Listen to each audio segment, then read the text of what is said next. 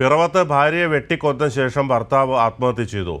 കക്കാട് നെടിയാനിക്കുഴി തറമറ്റത്ത് വീട്ടിൽ ബേബി, ഭാര്യ സ്മിത എന്നിവരാണ് മരിച്ചത്. 2 പെൺമക്കൾക്കും വെട്ടേറ്റിട്ടുണ്ട്. കൂടുതൽ വിവരങ്ങളും ചേതൻ നൽകും. ചേതൻ, പിറവത്ത് എന്താണ് സംഭവം?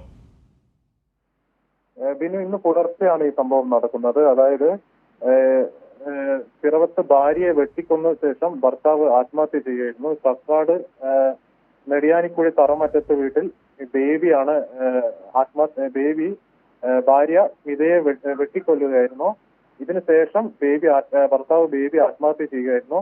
കൂടാതെ ഇവരുടെ 2 പെൺകുട്ടികൾക്കും ഇയാൾ വെട്ടി പരിക്കേൽപ്പിച്ചിട്ടുണ്ട്. ഈ 2 പെൺകുട്ടികളും ഇപ്പോൾ നിലവിൽ കോട്ടയം മെഡിക്കൽ കോളേജിൽ ചികിത്സയിലാണ്. ഇന്ന് പുലർച്ചെയാണ് ഇത് സംഭവിക്കുന്നത്. ഈ വെട്ടേറ്റ മകൾ നാട്ടുകാരെ വിവരം അറിയിക്കുന്നതോടുകൂടിയാണ് ഈ വാർത്ത പുറം ലോകം അറിയുന്നത്.